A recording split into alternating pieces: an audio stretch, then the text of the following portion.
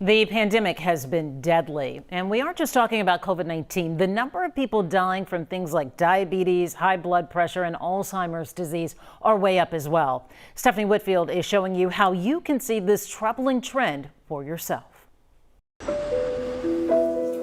More than 60,000 Texans have died with COVID-19. Grandparents, husbands, siblings.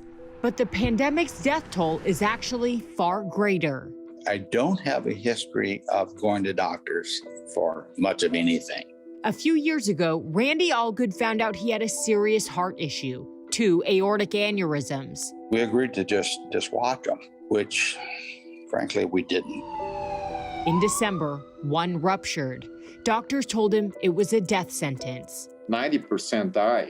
Randy's illness has nothing to do with COVID, but his doctor says it is an example of a bigger issue emerging during the pandemic. What COVID did is all the regular checks for screening, aneurysms, heart disease, all stopped. On top of that, hospitals have been overwhelmed. The result? There are a lot more people who died than otherwise would have.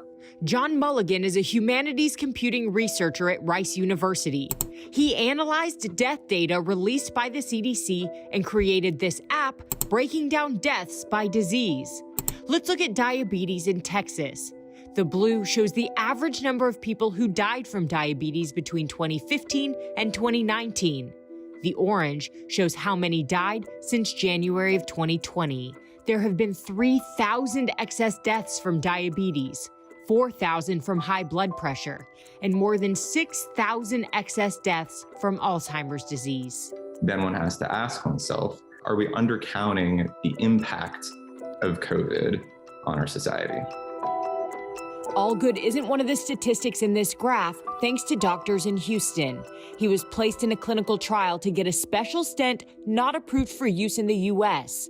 That's when he got an up-close look at the virus's effect on healthcare workers. These people were worn out. You could tell it.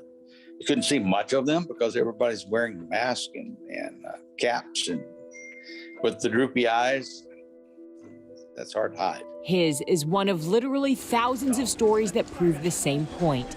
The impact of the pandemic stretches well beyond simply catching the disease. Stephanie Whitfield, KHOU 11 News.